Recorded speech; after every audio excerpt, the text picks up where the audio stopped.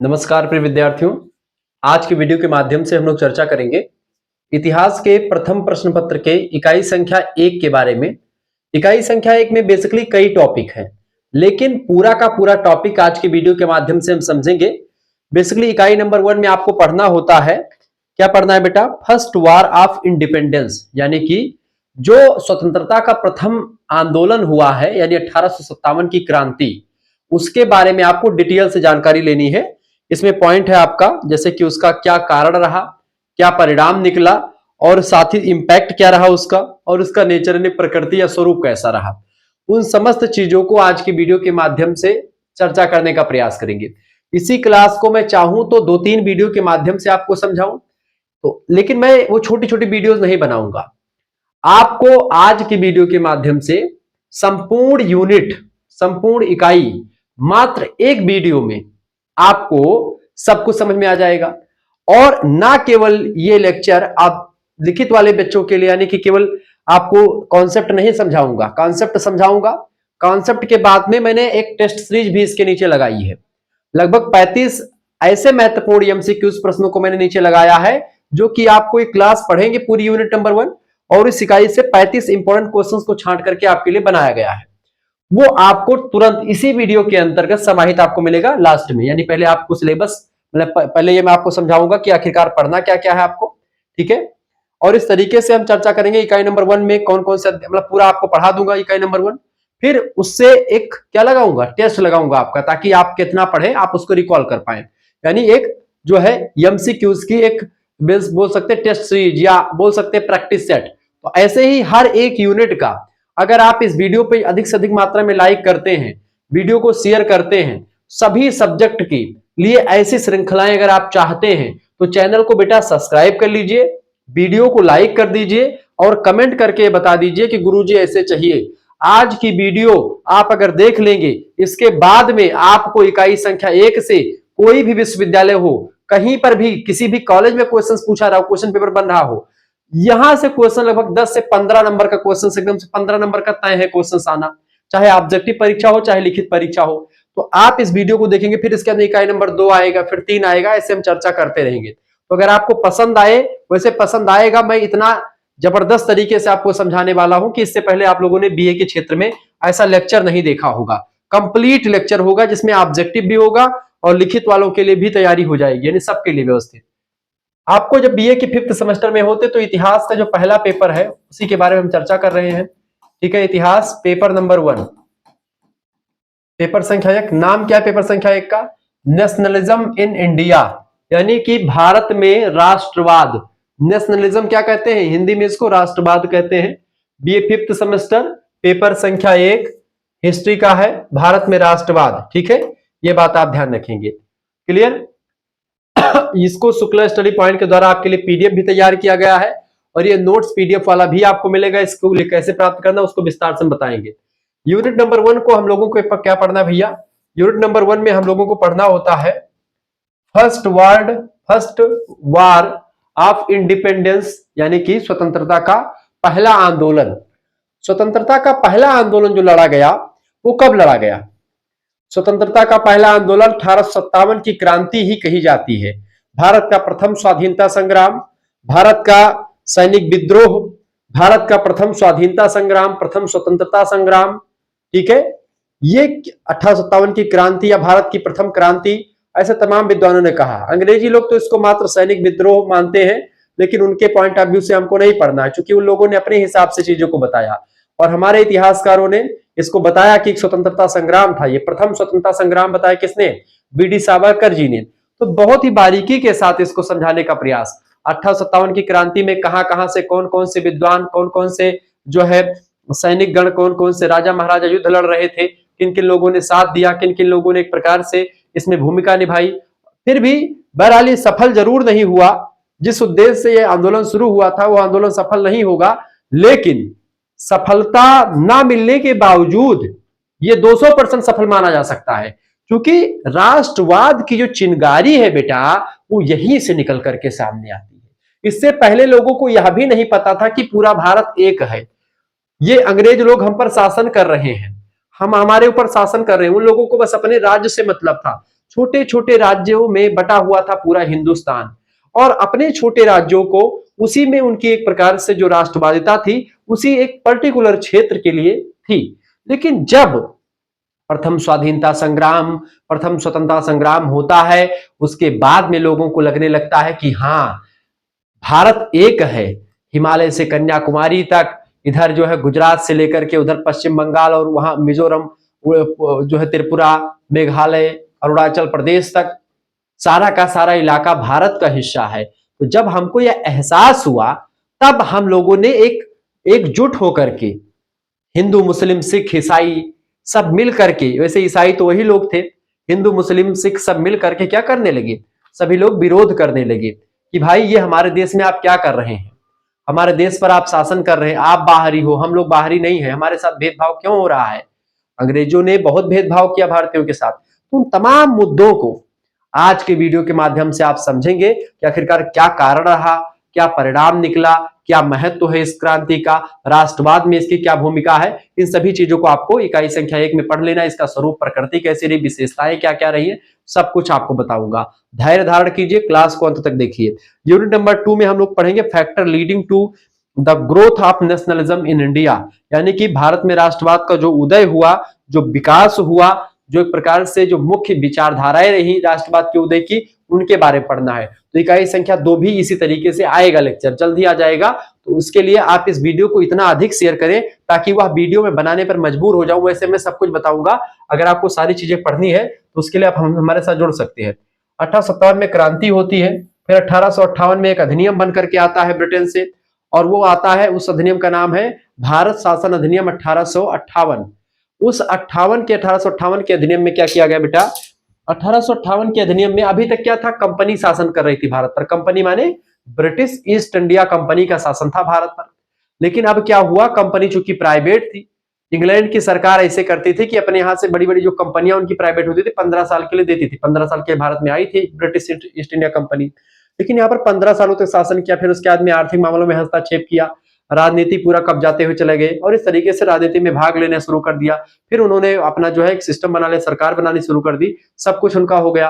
ठीक है, तो कहीं ना कहीं पे अंग्रेज जो सरकार थी उनको लगने लगा कि भाई कंपनी का शासन है, भारत इतना बड़ा देश, भूभाग, इतनी बड़ी मार्केट अपने चंगुल में है, तो क्यों ना इसको सरकारी कर दिया जाए। ऐसे में उसको बस पॉइंट ढूंढना था सरकार को, ब्रिटिश क्राउन को। अब ब्रिटिश क्राउन यानी ब्रिटेन की जो ताज था, यानी जो महारानी थी विक्टोरिया, उनके दिमाग में ये चीजें चल रही थी, वैसे सभी के दिमाग में चल रही थी। तो जैसे 1857 की क्रांति हुई, तुरंत कंपनी का शासन जो है छीन करके, यानी कंपनी से शासन छीन लिया गया, और अब ब्रिटिश क्राउन यानी ताज के हाथों में शासन चला जाएगा। अब जो है ब्रिटेन की संसद के द्वारा, ब्रिटेन की सरकार जो होगी कहीं ना कहीं पे उसका उपनिवेश हम लोग हो जाएंगे। अभी तक कंपनी के उपनिवेश थे, अब ब्रिटेन की सरकार के उपनिवेश होने लगी, और इस तरीके से हम जो है उनकी चंगुल में जकड़ गए। 1857 से लेकर के 1950 मतलब 1947 तक आप देखते हैं कि भारत जो है उपनिवेश रहा है ब्रिटेन का। ब्रिटेन में 2-3 देश शामिल है, बाद भी आयरलैंड, इंग्लैंड और आपका वेल्स वगैरह शामिल है। ठीक है, जैसे 1910 में प्रिंस ऑफ वेल्स आए थे, तो वो वेल्स इंग्लैंड का ही प्रतिनिधित्व कर रहे थे, मतलब उसका क्या नाम है, ब्रिटेन का प्रतिनिधित्व कर रहे थे। तो British east India company Bharat में आई थी। वैसे तो तमाम सारी ईस्ट इंडिया कंपनी, मतलब तमाम सारी, ऐसे कि French east India company, Dutch आए, पुर्तगाली आए, सब आए, लेकिन इसमें जो सबसे ज्यादा वर्चस्व रहा इन्हीं का रहा। सारी कंपनियों को पहले इसने भगाया, फिर भारतीय राजाओं को मिलाना शुरू किया, फूट डालो राज करो की नीति जारी करी, और तमाम प्रकार के चीजें करते रहे। अब हम लोगों को 1857 की क्रांति के बाद लगेगा कि ये देखो भाई, कंपनी आकर के हमको किस तरीके से शासन कर रही है, यानी हमारे अंदर राष्ट्रवाद की चिंगारी की जो पहली एक प्रकार से आंच है, वो आंच 1857 की क्रांति के बाद ही आपको दिखाई पड़ती है। ठीक, तो एक चिंगारी थी यह। तो causes, features, impact and role in Indian nationalism, ये आपके यूनिट का नाम है। आइए इसको हम विस्तार से जानने का प्रयास करते हैं। सबसे पहले हम इसका परिचय समझते हैं। आपको मैंने तो परिचय वैसे भी समझा दिया है, आपको बता करके, ताकि आपको कुछ अलग ना लगे, सब कुछ आपको समझ में आए। आपको बढ़िया कलरफुल दिख रहा होगा, मैंने इसीलिए पीडीएफ इतने अच्छे तरीके से सेट किया है ताकि आपको सब कुछ दिखे, सब कुछ आपको समझ में आता रहे, कहीं पर आपको भटकने की कोई जरूरत ना पड़े, सब कुछ आपको दिखे, सब कुछ आपको स्पष्ट शब्दावली में दिख रहा होगा। चलिए, परिचय एंड इंट्रोडक्शन।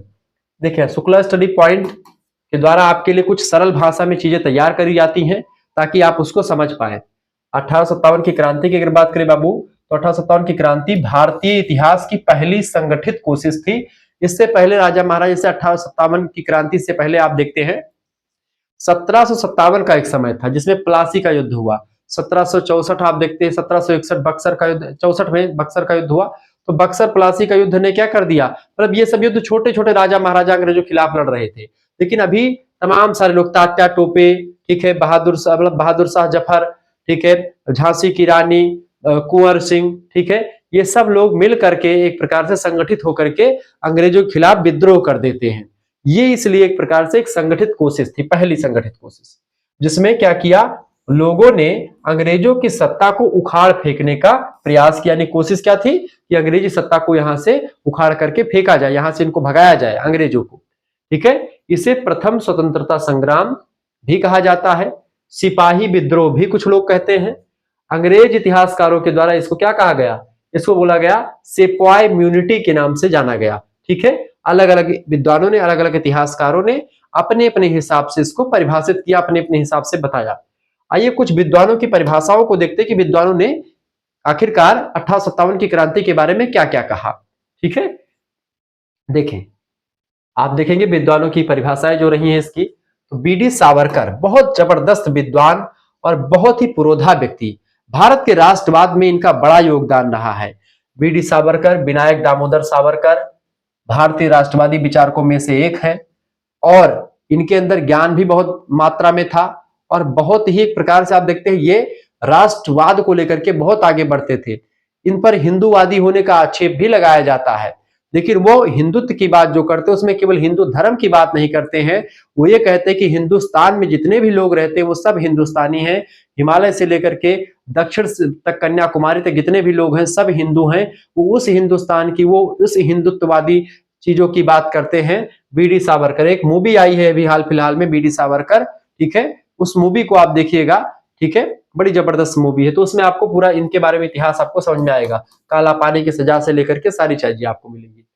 तो देखिए, इन्होंने कहा कि 1857 की क्रांति भारत का पहला स्वतंत्रता संग्राम था, खुले शब्दों में कहा।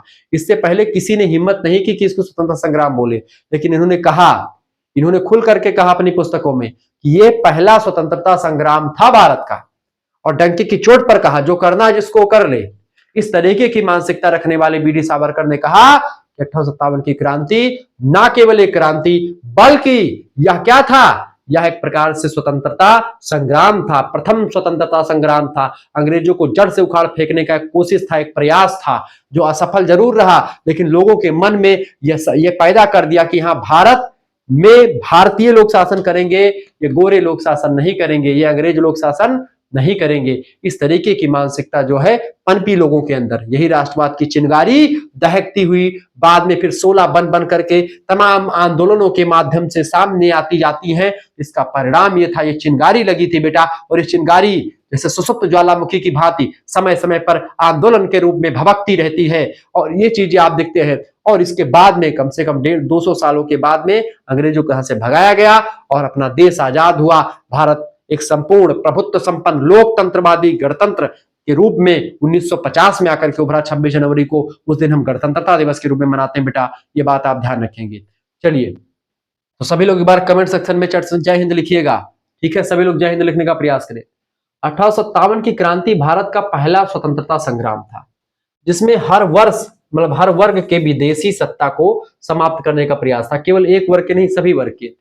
The revolt of 1857 was the first war of Indian independence where all sections of society united against foreign rules। जितने भी फॉरेन रूल्स थे, विदेशी सत्ता थी, उन सभी को समाप्त करने का प्रयास इसके द्वारा किया गया, ठीक है, ये बात आप ध्यान रखें। तो ये बी.डी. सावरकर जी ने कहा।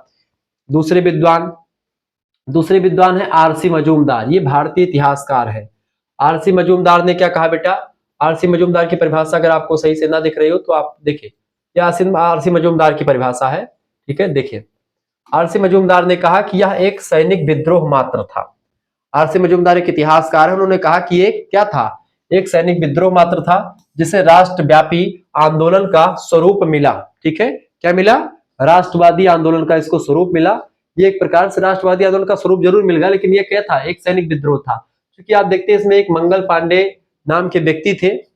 बंदूकों का जो कारतूस होता था उसमें जो है सूअर और गाय की चर्बी का प्रयोग किया जाता था, जिससे ये लोग नाराज थे। हिंदू और मुसलमान भड़क चुके थे। मंगल पांडे ने पहली गोली मारी और इससे एक प्रकार से वहीं से स्वतंत्रता संग्राम की शुरुआत होती है। तो मात्र इसको सैनिक विद्रोह इसी वजह से इन्होंने कहा, ठीक है। It was merely sepoy immunity lacking the character of national movement. किसने कहा? किसने कहा? जो है मजूमदार ने कहा। किसने? आर सी मजूमदार, ठीक है। रविंद्र चंद्र मजूमदार शायद पूरा नाम इनका है। अगर आपको हमारे साथ जुड़ना है बेटा तो जुड़ सकते हैं 9161936062 पर आप एसएमएस कीजिएगा। सभी सब्जेक्ट के लिए पीडीएफ की व्यवस्था, ऐसे ही यूनिट वाइज पीडीएफ बनाने का पूरा सब कुछ देने का प्रयास रहेगा आपके, ठीक है। सभी सब्जेक्ट का, आपकी जो 2 मेजर सब्जेक्ट हैं उन सभी का पीडीएफ मिलेगा, क्लास भी मिलेगी, सब कुछ आपको मिलता रहेगा। लाइव क्लास वाले ग्रुप से आपको जोड़ा जाएगा। आप अपना नाम एसएमएस कर दीजिएगा, अपने यूनिवर्सिटी का नाम, ठीक है, अपने सब्जेक्ट के नेम और आप किस सेमेस्टर में हो। जैसे सेमेस्टर 5 में है आप, सेमेस्टर 5 में आप बता दीजिएगा हम सेमेस्टर 5 में है। आपके लिए पूरी व्यवस्था कर दी गई है बेटा, ये बात ध्यान रखेंगे। आपके लिए बस केवल फीस कितनी रखी गई? 100 रुपए फीस रखी गई है। एक सेमेस्टर की फीस 100 रुपए है। अगर 2 सेमेस्टर की फीस आप जोड़ना चाहते हैं तो 2 सेमेस्टर की फीस अगर एक साथ लेंगे तो जैसे 5th सेमेस्टर आप चाहते हैं और गुरुजी 6th सेमेस्टर, अब चूंकि 2 ही सेमेस्टर आपका बचा है तो आप चाहते हैं कि दोनों सेमेस्टर का हमको एक साथ मिल जाए। तो उसके लिए व्यवस्था क्या है? अगर दोनों सेमेस्टर का एक साथ लेंगे तो केवल और केवल 150 रुपए, यानी कि आपकी 50 रुपए की छूट अभी चल रही है। जल्दी जितना एडमिशन करवा लेंगे तो आपको 150 रुपए में नहीं 50 रुपए की छूट मिलेगी। इसमें आपको 5th और 6th दोनों सेमेस्टर का कोर्स मिल जाएगा, ठीक है। इसमें क्या मिलेगा बेटा? सबसे पहली बात, इसमें जो है सभी सब्जेक्ट की तैयारी आपकी होगी। जो भी आपका सब्जेक्ट होगा उन सब्जेक्ट की तैयारी आपको मिलेगी। यानी 2 आपके मेजर सब्जेक्ट है, माइनर का पेपर होगा ही नहीं आपका, और जो मेजर का एक पेपर है वो हट गया, यानी कि 2 ही मेजर सब्जेक्ट है। एक सब्जेक्ट के 2 पेपर होंगे, पेपर 1 और पेपर 2। पेपर 1 पेपर 2 के जो 8 इकाई है उनके बारे में विस्तार से नोट्स और लाइव क्लास की लिंक सब कुछ आपको मिलती रहेगी। और आपको व्हाट्सएप ग्रुप से जोड़ा जाएगा, जहां पर गर्ल्स ग्रुप और बॉयज ग्रुप की अलग व्यवस्था है, सब कुछ, कोई दिक्कत नहीं है। यहाँ पर आपको क्या मिलेगा? लाइव क्लास की लिंक मिलेगी। प्लस में जैसे लाइव क्लास होगी तो उसकी वीडियो लेक्चर्स, मतलब वीडियोस आपको मिल जाएंगे प्लेलिस्ट के माध्यम से। साथ ही साथ में सभी सब्जेक्ट का आपको पीडीएफ नोट्स मिलेगा। पीडीएफ नोट्स आपका यूनिट वाइज, चैप्टर वाइज सभी टाइप की आपके लिए पूरी व्यवस्था रहेगी। ये जो आपके क्वेश्चंस और आंसर होंगे ये आपके एमसीक्यूज टाइप भी होंगे, ठीक है, और लिखित टाइप भी होंगे। यानी अति लघुत्तरीय, लघुत्तरीय, दीर्घोत्तरीय फॉर्म के भी होंगे, और आपके अति लघुत्तरीय, लघुत्तरीय, दीर्घोत्तरीय और एमसीक्यू सभी टाइप के होंगे। प्रीवियस ईयर क्वेश्चन पेपर भी आपका होगा, ऑब्जेक्टिव वगैरह का जो साल फॉर्म में होता है वो सब मिलेगा आपको। सारी व्यवस्था आपके लिए मिलेगी। साथ ही साथ में एक सब्जेक्ट आपका होता है को करिकुलर। को करिकुलर सब्जेक्ट के तैयारी के लिए एक हमारा दूसरा चैनल है को करिकुलर मास्टर नाम से, आप उसको सब्सक्राइब कर सकते हैं। उस पर तैयारी होती है को करिकुलर परीक्षाओं की। वैसे को करिकुलर परीक्षाओं के लिए अब की बार बहुत हार्ड सब्जेक्ट है को करिकुलर में, analytic ability and digital awareness. उसमें आपको पढ़ना क्या होता है? उसमें आपको पढ़ना होता है विश्लेषण क्षमता और जो है डिजिटल जागरूकता, मतलब कि डिजिटल जागरूकता मतलब होता है कंप्यूटर से रिलेटेड क्वेश्चंस आएंगे। एनालिटिक एबिलिटी का मतलब होता है आपका रीजनिंग से संबंधित क्वेश्चंस आएंगे।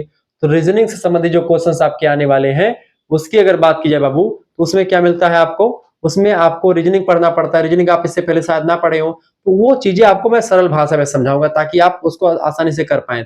उसके 10 प्रैक्टिस सेट आपके तैयार कर लिए गए हैं, वो सब आपको मिलेंगे, ठीक है। को करिकुलर मास्टर चैनल पर आपको बहुत सारी पीडीएफ मिलेगी, सब कुछ आपको वीडियो लेक्चर्स मिलेंगे। पीडीएफ आपको ग्रुप में मिलता रहेगा, सभी सब्जेक्ट का पीडीएफ मिलेगा, ध्यान रखेंगे। सभी यूनिवर्सिटी के लिए यही सिलेबस है, यही वैध सिलेबस है, तो परेशान नहीं होना है। किसी भी यूनिवर्सिटी किसी भी कॉलेज में पढ़े तुरंत एसएमएस कीजिए, जुड़ जाइए 9161936062 पर व्हाट्सएप पर एसएमएस करना है।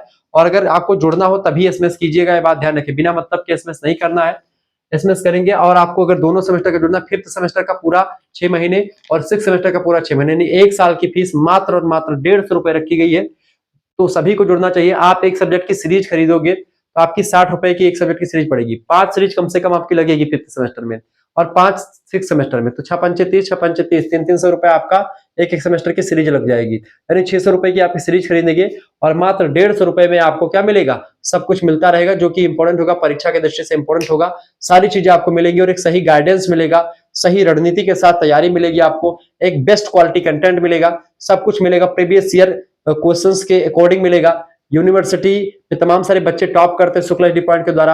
अब की बार तो 88%, 89% तक नंबर शुक्ला डिपार्टमेंट के बच्चों ने लाए हैं। बीए में जहां 60% से ऊपर नंबर ही नहीं आते हैं, वहां पर ऐसे नंबर आ रहे हैं तो आप सोचो कि शुक्ला एटी पॉइंट के द्वारा कितनी क्रांति लाई गई है आप लोगों के लिए। ठीक है, तो चलिए फटाफट से जुड़ने का प्रयास करें, सभी लोग जुड़ जाइएगा, सब कुछ आपको मिलेगा, सभी सब्जेक्ट की चीजें मिलेगी। तो अगले जो इतिहासकार हैं उनका नाम है एन सेन। ठीक है, इससे पहले हम लोगों ने आर सी मजूमदार के द्वारा समझा कि उन्होंने 1857 की क्रांति को क्या कहा। दूसरे विद्वान क्या है, उनका नाम क्या है बेटा? दूसरे विद्वान है एन सेन। इन्होंने कहा कि यह विद्रोह भारतीय जनता के असंतोष का पहला व्यापक विस्फोट था, क्योंकि भारतीय जनता जो थी वो एक प्रकार से सरकार से असंतुष्ट थी, असंतोष उनके में फैला था, सरकार के प्रति क्या था, घृणा का भाव पैदा था। और वह घृणा का भाव कब उदय हुआ? 1857 में एक प्रकार से उसका विस्फोट हुआ। This revolt was the first massive explosion of Indian discontent. ठीक है, इस तरीके से चीजें हुई। तो इन्होंने एमएसएन ने कहा। ऐसे ही अगले विद्वान है आपके अंग्रेजी इतिहासकार है जॉन सीली। जॉन सीली कहता है कि यह कोई राष्ट्रीय विद्रोह नहीं था बल्कि एक सैनिक विद्रोह था। किसने कहा था? जॉन सीली ने कहा था। शायद इन्होंने रिसर्च नहीं किया होगा सही से, या फिर अपने हिसाब से लिखा होगा, दबाव में लिखा होगा। तो जॉन सीली कहता है कि यह कोई राष्ट्रीय विद्रोह नहीं था। अरे भाई क्यों राष्ट्रीय विद्रोह नहीं था? पूरी जनता, अलग अलग देश के अलग अलग राज्यों के जो है शासक जुड़ रहे थे। ठीक है, और ऐसे में आप कैसे लिख सकते हो? हालांकि चलिए कहा तो भाई उसको पढ़ना पड़ेगा। It was not a national uprising but a more military mutiny, मतलब की म्यूटिनी। एक प्रकार से एक मिलिट्री म्यूटिनी थी, यानी कि राष्ट्रीय विद्रोह नहीं था, ये सैनिक विद्रोह था, ऐसा कहा। ठीक है, जॉन सीली ने। ये सब ऑब्जेक्टिव में क्वेश्चन आते हैं। दूसरा अगला विद्वान है बेंजामिन डिसरायली। ये ब्रिटिश प्रधानमंत्री हैं ब्रिटेन के। इन्होंने कहा कि 1857 भारत में ब्रिटिश शासन की नींव को हिलाने वाला गंभीर खतरा था। यानी ब्रिटेन के प्रधानमंत्री को लग गया कि भाई ये गंभीर खतरा है ब्रिटिश शासन को यहां से जड़ से उखाड़ फेंकने का। The revolt of 1857 posed a grave threat to the foundations of British rule in India। इस तरीके से लोगों को लगने लगा। आगे देखते हैं। तो 1857 की क्रांति की परिभाषा और उसके बारे में विद्वानों ने क्या कहा, आपने इसको समझा। अभी क्या समझा कि 1857 की क्रांति थी क्या? कई विद्वानों के अनुसार मैंने बताया। अब हम आपको बताएंगे कि आखिरकार इसके क्या क्या कारण रहे, आखिरकार ये क्यों हुई, क्योंकि यही सब क्वेश्चन आपसे पूछा जाएगा। हेडिंग डालेंगे 1857 की क्रांति का कारण, यानी कि कॉजेज ऑफ द रिवोल्ट, यानी कि सबसे पहला कारण कौन सा है आपका? राजनीतिक कारण। यहां पर आप देखिएगा राजनीतिक कारण, यानी कि पॉलिटिकल जो रीजन रहे हैं वो कौन से रहे हैं। सबसे पहला कारण क्या रहा बेटा? सबसे पहला कारण है पॉलिटिकल कारण में या राजनीतिक कारणों में। पहला कारण है डलहौजी की हड़प की नीति।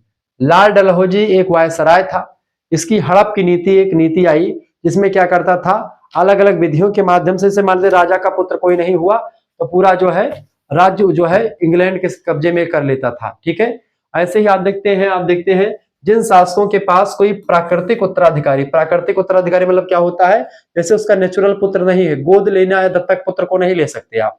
ठीक है, झांसी की रानी को इसी वजह से तो आप देखते हैं झांसी पर कब्जा करने के लिए उद्भव था ये। तात्पर्य यह है कि ये लाल डलहौजी था, इसकी जो हड़प की नीति थी, इसने इतना उकसा दिया लोगों को कि लोगों को लगने लगा कि भाई ये किसी न किसी तरीके से भारतीयों पर कब्जा करने के लिए उद्भव है और हमको यहाँ से हमारा अस्तित्व खतरे में है। तो ऐसे लोगों को मन में लगने लगा। यानी कि यह क्या करता था, उत्तराधिकारी, जैसे प्राकृतिक उत्तराधिकारी, किसी राजा के पास कोई लड़का नहीं है तो उसका राज जो है जब तक वो राजा रहेगा राज करे, नहीं तो फिर वो इंग्लैंड का कब्जे में आ जाता था। ठीक है, उसके राज ब्रिटिश साम्राज्य में मिला दिए गए जिनके पास कोई प्राकृतिक उत्तराधिकारी नहीं था, पहली बात। दूसरा पॉइंट ये कि प्रमुख उदाहरण अगर देखें, जैसे झांसी में ही फंडा अपनाया इसने, सतारा में, नागपुर में और अवध का नवाब जो था, तो इन सभी के एक प्रकार से चीजों को मिला लिया गया। इन सभी के राज्यों को एक प्रकार से मिलाने के लिए राज्य हड़प की नीति अपनाई गई। ठीक है, झांसी की रानी ने कहा इसी बात को लेकर के कि मैं अपनी झांसी नहीं दूंगी चाहे जो भी हो जाए। उन्होंने ठान लिया था और इसीलिए कविता लिखनी पड़ी लोगों को। आप जब हिंदी, अगर आपका हिंदी भी सब्जेक्ट होगा तो उसमें कविता पढ़ेंगे, खूब लड़ी मर्दानी वह तो झांसी वाली रानी थी, बुंदेले हर बोलो मुख हमने सुनी कहानी थी, खूब लड़ी मर्दानी वह तो झांसी वाली रानी थी। एक कविता आपको मिलेगी इसमें। ठीक है, कविता आपको पढ़ने को मिलेगी बेटा। ठीक है, हिंदी का राष्ट्रीय काव्य आपको पढ़ना पड़ता है जब आप बीए की 5th सेमेस्टर में होते हैं, तो हिंदी का राष्ट्रीय काव्य आपको पढ़ना, उसी राष्ट्रीय काव्य में आपको ये कविता पढ़नी पड़ेगी कि ठीक है, बुंदेलो हम हर बोलो मुख हमने सुनी कहानी थी, खूब लड़ी मर्दानी वह तो झांसी वाली रानी थी। किसने लिखा है? सुभद्रा कुमारी चौहान जी ने लिखा है। तो इस तरीके से आप देखेंगे वो झांसी की रानी ने एक प्रकार डट करके युद्ध किया। उनके पति का देहांत हो जाता है जल्दी ही, लेकिन अपने बच्चे को पीठ में बांध करके, पेट में बांध करके ऐसा युद्ध लड़ती हैं। एक महिला जो भारतीय वीरांगना का उदाहरण अगर आप देखना चाहे, चाहे आप देखते हैं एक ऐसी और महिला थी, उसका नाम था जो सुल्तान, क्या नाम था उसका, रजिया सुल्तान भी एक प्रकार से बड़ी निर्भीक महिला थी। ऐसे ही उससे कहीं आगे या कहीं अधिक झांसी की रानी ने अपने देश के लिए अपने आप को बलिदान करने से एक कदम पीछे नहीं छोड़ा। मतलब वृंदावन वर्मा का एक उपन्यास है झांसी की रानी, ऐतिहासिक उपन्यास है जो इतिहासकारों ने नहीं लिख पाए। इतिहासकारों से जो चीजें छूट गई वो वृंदावन लाल वर्मा जी ने लिखा अपने इतिहास में। तो कभी आपको समय मिले तो वृंदावन लाल वर्मा का इतिहास पढ़िएगा, झांसी की रानी इतिहास। वैसे बीए थर्ड सेमेस्टर में हिंदी साहित्य में वो संकलित है आपके पाठ्यक्रम में। तो अगर आपका हिंदी सब्जेक्ट आपने पढ़ा होगा तो उसमें झांसी की रानी के बारे में पूरी डिटेल में जानकारी आपको मिलेगी। ठीक है, मणिकर्णिका इनका नाम था बचपन का। ठीक है, झांसी की रानी पर एक मूवी भी आई है जिसमें कंगना रनौत ने झांसी रानी का किरदार निभाया है। बड़ी जबरदस्त तरीके से उसमें एक्टिंग करी उन्होंने। ठीक है, चलिए दूसरा कारण क्या रहा राजनीतिक कारणों में? अवध का विलय। क्योंकि अवध का विलय जो था, ठीक है, annexation of Awadh, Lord Dalhousie ने क्या किया कि 1856 ईस्वी में लॉर्ड डलहौजी ने अवध को जब्त कर लिया। इससे क्या हुआ? किसानों, जमींदारों और सैनिकों सभी में असंतोष फैल गया, क्योंकि ये इनको सभी को लोगों को लग गया ये बिना मतलब के, बिना कोई ये न्याय नहीं है। अवध का जो नवाब था उसके पास चूंकि उत्तराधिकार कोई नियम नहीं था, उत्तराधिकारी नहीं था, तो इसने क्या किया, लॉर्ड डलहौजी ने उसको मिला लिया, यानी हड़प की नीति के तहत 1856 में मिला लिया। और ये भी एक कारण बना युद्ध का, स्वतंत्रता संग्राम का। तीसरा कारण जो रहा राजनीतिक कारणों में वो था राजवंशों का अपमान करता था। मुगल बादशाह बहादुर शाह जफर को दिल्ली के लाल किले से हटा करके हुमायूं के मकबरे में स्थानांतरित करवा दिया था अंग्रेजों ने। उस समय बहादुर शाह जफर जो है दिल्ली सल्तनत के जो है, या मुगल बादशाह के जो है लास्ट मुगल बादशाह कह सकते हैं इनको, बहादुर शाह जफर को। तो इनको हटा दिया गया। ये दिल्ली के लाल किले में चूंकि बैठ करके शासन करते थे, राजधानी बना करके, वहां से हटा करके हुमायूं का जो मकबरा था उसमें इसको बैठा दिया गया, स्थानांतरित कर दिया गया। ये भी एक राजवंशों का अपमान हुआ। जो मुगल वंश जो है 1526 से चला आ रहा था, उस मुगल वंश में आप देखते हैं बाबर, अकबर, हुमायूं, जहांगीर, औरंगजेब, शाहजहां जैसे तमाम शासक हुए जिन्होंने बहुत सारी लड़ाइयां लड़ी और भारत पर कहीं ना कहीं पे इन लोगों ने कब्जा किया। वैसे भी वो आक्रांता थे बाबर वगैरह, तो उन लोगों का जो वर्चस्व था वो भी समाप्त हुआ यहाँ से। बहादुर शाह जफर ने भारत की रक्षा के लिए लड़ाई करी। हालांकि उसने एक प्रकार से कोई नेतृत्व का क्षमता का अभाव था, बूढ़ा हो चुका था ये बहादुर शाह जफर। तो एक नेतृत्व क्षमता का अभाव, इसका असफलता का कारण यह रहा बेटा कि नेतृत्व की क्षमता नहीं थी किसी में, कोई एक नेता नहीं था, और इसी वजह से 1857 की क्रांति जो थी वो असफल हो गई। तो इसके असफल होने के पीछे एक कारण नहीं था, क्योंकि अंग्रेजों के पास उन्नत किस्म की टेक्नोलॉजी थी, सब कुछ था। भारतीयों के पास क्या था? कुछ नहीं था। ये सब लोग बिखरे हुए थे, इनके पास कोई कनेक्टिविटी का कोई स्रोत नहीं था कि आपस में बातचीत कर सके, एक जो है ताल में बैठा सके कि भाई कहीं से कोई लड़ रहा है, कहीं से कोई लड़ रहा, किसी का कोई तालमेल नहीं है, कोई नेतृत्व करने वाला कोई नेता नहीं है। ठीक है, तो ऐसे में कुछ नहीं होता। एक अगुआ बिना कहते 900 जुलाहा डूब करके मर जाते हैं। जरूरी है एक अगुआ का होना, एक मालिक का होना, एक नेतृत्वकर्ता का होना। और वही कमी, सबसे बड़ी कमी जो रही 1857 की क्रांति असफल होने का, वो यही कमी रही कि भाई इसमें कोई नेता नहीं था। ठीक है, तो ये पहला, ये भी अपमान, ये भी राजनीतिक कारण रहा इसका युद्ध, मतलब कि ये प्रथम स्वतंत्रता संग्राम होने का। तीसरा जो कारण है राजनीतिक कारण वो रहा कौन सा? चौथा कारण है सत्ता का केंद्रीकरण। क्योंकि ब्रिटिश गवर्नर जनरल जो था उसके द्वारा स्थानीय स्वायत्तता को का दमन, यानी कि जो स्थानीय शासन कर रहे थे, जो राजा महाराजा, उनका खात्मा किया जा रहा था। छोटे छोटे राज्यों को विलय कर लिया जा रहा था, यानी कि स्थानीय शासन या स्वशासन की जो नीति थी उसको खत्म करने का प्रयास था। यहाँ पर केवल केंद्रीकरण हो रहा था सत्ता का। सत्ता का केंद्रीकरण का मतलब तो सत्ता एक लोगों के हाथ में नहीं रहेगी, वो भी होगी ब्रिटिश गवर्नर जनरल। ठीक है, लेकिन यहाँ पर भारतीय राजा महाराजाओं के पास, उनके पास सत्ता थी, उनकी सत्ता छीनी जाने लगी। तो ऐसे में सत्ता का केंद्रीकरण हुआ। सत्ता का भी केंद्रीकरण क्या होता है? जब सत्ता कई लोगों के हाथ में बांट दी जाए तो सत्ता का भी केंद्रीकरण हो गया। सत्ता को अगर एक लोगों के हाथ में दे दिया जाए तो सत्ता का केंद्रीकरण हो गया। इस तरीके से सत्ता का जब केंद्रीकरण होना शुरू हुआ, यह भी एक राजनीतिक कारण बना 1857 की क्रांति होने का। इसके बाद में दूसरा कारण जो सबसे इंपॉर्टेंट रहा वो रहा आर्थिक कारण। इकोनॉमिक फैक्टर क्या रहे भाई? देखिए, इकोनॉमिक फैक्टर में ये सब चीज ध्यान रखिएगा, क्योंकि मैंने बड़ी मेहनत से नोट्स आपके लिए तैयार किया है, तो मेहनत को समझे, प्लीज वीडियो को लाइक करके बताएं गुरुजी बड़ा मजा आ रहा है। देखिए, भूमि कर और कृषक शोषण। भूमि कर और कृषक शोषण जो हुआ बाबू, ये एक आर्थिक कारण रहा 1857 की क्रांति होने का। वो होता था कि भारी भू राजस्व यानी एक टैक्स जो ले आता था, बहुत अधिक मात्रा में टैक्स लेते थे लोग। इससे क्या हुआ, किसानों को कर्ज के दलदल में डुबो दिया गया और किसान जो है उस दलदल से उबर नहीं पाए। और ऐसे में किसानों के अंदर, ठीक है, अंदर एक प्रकार से विद्रोह की भावना पनपी और वो भी आंदोलन करने में एक प्रकार से उत्सुक हुए। दूसरा जो एक प्रकार से आर्थिक आंदोलन रहा इस क्रांति का, वो रहा कुटीर उद्योग का पतन। क्योंकि छोटे छोटे उद्योग थे, नई नई टेक्नोलॉजी आ गई, अंग्रेजों ने तमाम मशीनों का आविष्कार चूंकि किया था, क्योंकि औद्योगिकरण के फलस्वरूप अंग्रेजों के देशों में यानी कि ब्रिटेन में तमाम प्रकार के उपकरण बने थे। उनसे यानी कि अब जो काम 100 मनुष्य मिलकर के कर रहे थे, वो काम एक मनुष्य मिलकर के एक मशीन के द्वारा कर रहा है। जो काम हम 10 दिन में करते थे, वो काम 2 दिन में 3 दिन में बन रहा है। ऐसे में क्या हुआ कि हाथों के कामों ने मशीन मतलब हाथों का काम खत्म होने लगा, हाथों का काम मशीनों ने ले लिया। ऐसे में जनता बेरोजगार होती चली गई। जो कुटीर उद्योग थे, छोटे छोटे उद्योग थे, भारतीय ग्रामोद्योग थे, वो नष्ट होने लगे। ठीक है, ब्रिटेन का दबदबा बढ़ने लगा अर्थतंत्र पर, और इससे भी लोगों को ये आर्थिक मामलों में भी हस्तक्षेप जब हुआ, तो ऐसे में लोगों के खिलाफ मतलब कि लोगों को क्रांति के करने के खिलाफ कोई और दूसरा चारा नहीं सूझा। ठीक है, ब्रिटिश मशीन निर्मित वस्त्रों के कारण से भारतीय हस्तशिल्प जो था, भारत के जो चरखा वगैरह चल करके जो कानून बनता था, वो सब खत्म हो गया। इसीलिए गांधी जी ने जब भी किया तो खादी को प्रोत्साहन दिया, चरखे को प्रोत्साहन दिया। गांधी जी ने बेसिक शिक्षा की जब बात करी, तो उन्होंने एक प्रकार से विस्तार से बताया कि किस तरीके से आप इन चीजों को बता सकते हैं, समझ सकते हैं, और किस तरीके से भारतीय शिक्षा व्यवस्था को काम करने के लिए बेसिक शिक्षा के बारे में बताया वर्धा शिक्षा योजना में गांधी जी ने। तीसरी बात है व्यापारी का समानता।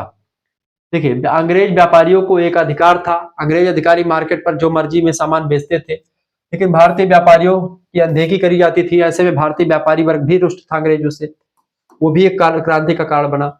और चौथा आर्थिक कारण था जमींदारों की आर्थिक हानि, क्योंकि पुराने जमींदारों की जमीन छीनना और नई नीतियों से नुकसान उनको हुआ। तो जो पुराने जमींदार थे वो भी अंग्रेजों के खिलाफ होना शुरू हो गए धीरे धीरे। इस तरीके से ये 4-5 आर्थिक कारण थे। ऐसे ही अगला कारण था आपका सामाजिक और धार्मिक कारण। सामाजिक और धार्मिक कारणों की अगर बात की जाए, देखिए बड़ी ही बारीकी के साथ मैं आपको यहाँ पर बताने का प्रयास कर रहा हूँ, हर एक पॉइंट को क्लियर करते हुए चल रहा हूँ, तो समझ में आ रहा होगा।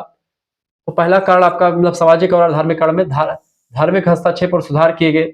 जैसे हिंदू धर्म में सती प्रथा 1829 ईस्वी में आप देखते हैं, 1829 में राजा राम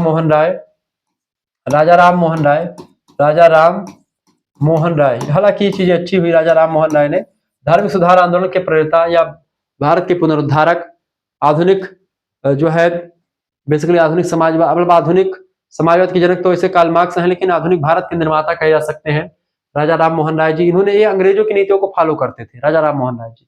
1829 में इन्होंने सती प्रथा का अंत किया, 1828 में ब्रह्म समाज की स्थापना करी, 1815 में आत्मीय सभा की स्थापना करी थी, और 1815 वाली आत्मीय सभा को ही 1828 में ब्रह्म समाज बना दिया। और उसके 1 साल के बाद में लॉर्ड विलियम बेंटिक शासन कर रहा था, उसके द्वारा 1829 में खत्म करवा दिया किसको, सती प्रथा को। सती प्रथा क्या थी, जिन स्त्रियों के पुरुष मर जाते थे, पति मर जाते थे, उन्हीं के साथ वो भी जो है चिता में अपनी आपको समर्पित कर देती थी, भस्म हो जाती थी। वो थी सती प्रथा, जो कि एकदम से घटिया प्रथा मान सकते हैं या उतनी अच्छी प्रथा नहीं थी, लेकिन उसके पीछे एक रीजन था। लेकिन उसके हिसाब से जो सती प्रथा था उसका विधान था, अलग विधान था, लेकिन वो किसी भी मायने में सही नहीं है। एक व्यक्ति के चक्कर में कोई दूसरा अपना जान दे दे, ये बिल्कुल सही नहीं था। ठीक है, जब सती प्रथा बंद हुई तो फिर विधवाओं की संख्या बढ़नी शुरू हुई, तो विधवा पुनर्विवाह की बात ईश्वरचंद्र विद्यासागर हुए, ये तमाम विद्वानों ने किया। तो इस तरीके से तमाम सारे सुधार किए गए। विधवा पुनर्विवाह की बात, अधिनियम आया। भारतीय समाज में पश्चिमी हस्तक्षेप बढ़ता चला गया। तो जो धर्म के लोग थे उनमें भी धर्म के क्षेत्रों में धर्म वाले लोगों को लगने लगा कि भाई ये लोग जो हमारे धर्म को इसके साथ छेड़छाड़ कर रहे हैं। तो ये भी एक प्रकार से लोगों के अंदर एक जो वैमनस्यता का भाव उत्पन्न हुआ कि भाई हमारे धर्म को खत्म कर रहा है, ये अंग्रेज भ्रष्ट कर रहा है, ये चीजें। इसके अलावा दूसरा कारण था धार्मिक कारणों में धर्मांतरण की अगर बात की जाए, आज भी ईसाई मिशनरियां आप देखते हैं जो है अपने उसको ईसाई बनाने के लिए लोगों को तत्पर रहती हैं। ईसाई मिशनरियों की गतिविधियों ने लोगों को भयभीत किया, और ईसाई बनने पर मतलब ईसाई बनने के लिए भी बोला जाता था कि भाई ईसाई बन जाइए। या आज भी आप देखते हैं जो छोटे छोटे तबके हैं, कई बार वीडियोस दिखाई पड़ती फेसबुक वगैरह पर कि भाई वहां पर क्या हुआ कि जो है ईसाई बनाया गया, वहां पर ये बनाया गया, इतने धर्म लोगों को इतना परिवर्तित किया गया। तो ये चीजें आप देखते हैं कि कहीं ना कहीं पे गलत है। तो जो लोगों को डरा धमका करके ऐसे करना बिल्कुल गलत है। तो वही चीजें जो हुई तो उसके खिलाफ भी लोगों के अंदर गुस्सा पनपा, तो ये भी 1857 क्रांति का कारण बना। जातीय और सांस्कृतिक अपमान भी हुआ। देखिए, अंग्रेज अधिकारियों का भारतीय रीति रिवाजों का अनादर करना, भारतीय रीति रिवाजों का अनादर करते थे। भारतीयता मतलब कि भारतीय रीति रिवाजों को नहीं मानते थे। नहीं मानना एक अलग बात है, आप ना मानो, लेकिन आप उसका रिस्पेक्ट तो करो। आप रिस्पेक्ट भी नहीं कर रहे थे, तो ऐसे में लोगों के अंदर लगने लगा कि भाई ये हमारे किसी काम के नहीं है, बस ये केवल अपना उल्लू सीधा करने यहाँ पर आए हैं। ऐसे में लोगों के मन में एक धारणा पनपी, लोगों ने इनके खिलाफ विद्रोह करने की ठानी।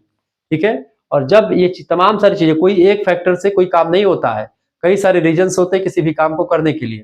तो ऐसे में इसके जो भारतीय रीति रिवाजों का जब अनादर होता था, भारतीयों को एक प्रकार से गंवार समझते थे, कहते थे कि भाई भारतीयों को हम पढ़ाने लिखाने के लिए यहाँ पर आए हैं ताकि भारतीय लोग आगे बढ़ सके। ऐसे तमाम लॉर्ड मैकाले नाम का एक शिक्षा मतलब नीति बनाने वाला आया, उसने कहा कि भाई जो अंग्रेज वाले बच्चे होंगे वो 66% नंबर पर पास होंगे और जो भारतीय लोग होंगे वो 33% पास होंगे। आज मैकाले की यही नीति चल रही है। हम लोग कितने परसेंट पर पास हो रहे हैं? 100 में से हमको 33.5% नंबर मिलेगा, हम पास हो जाएंगे, 33% नंबर। ठीक है, और हम जो अंग्रेज लोग होते थे उनको उस समय 66% नंबर पास करते थे। 100 में से 66 नंबर आते थे अंग्रेज के बच्चों का, तो उनको पास करते थे। हम लोगों को 33% पास कर देते, कहते थे ये लोग तो गंवार है, कुछ जानते नहीं है, इनको पास कर दो ऐसे। Lord Macaulay. ठीक है, तो वही नीति आज भी हम देख रहे हैं अपनी शिक्षा व्यवस्था में चल रही है। आज हमारी शिक्षा व्यवस्था में क्या है? 33% पासिंग मार्क है।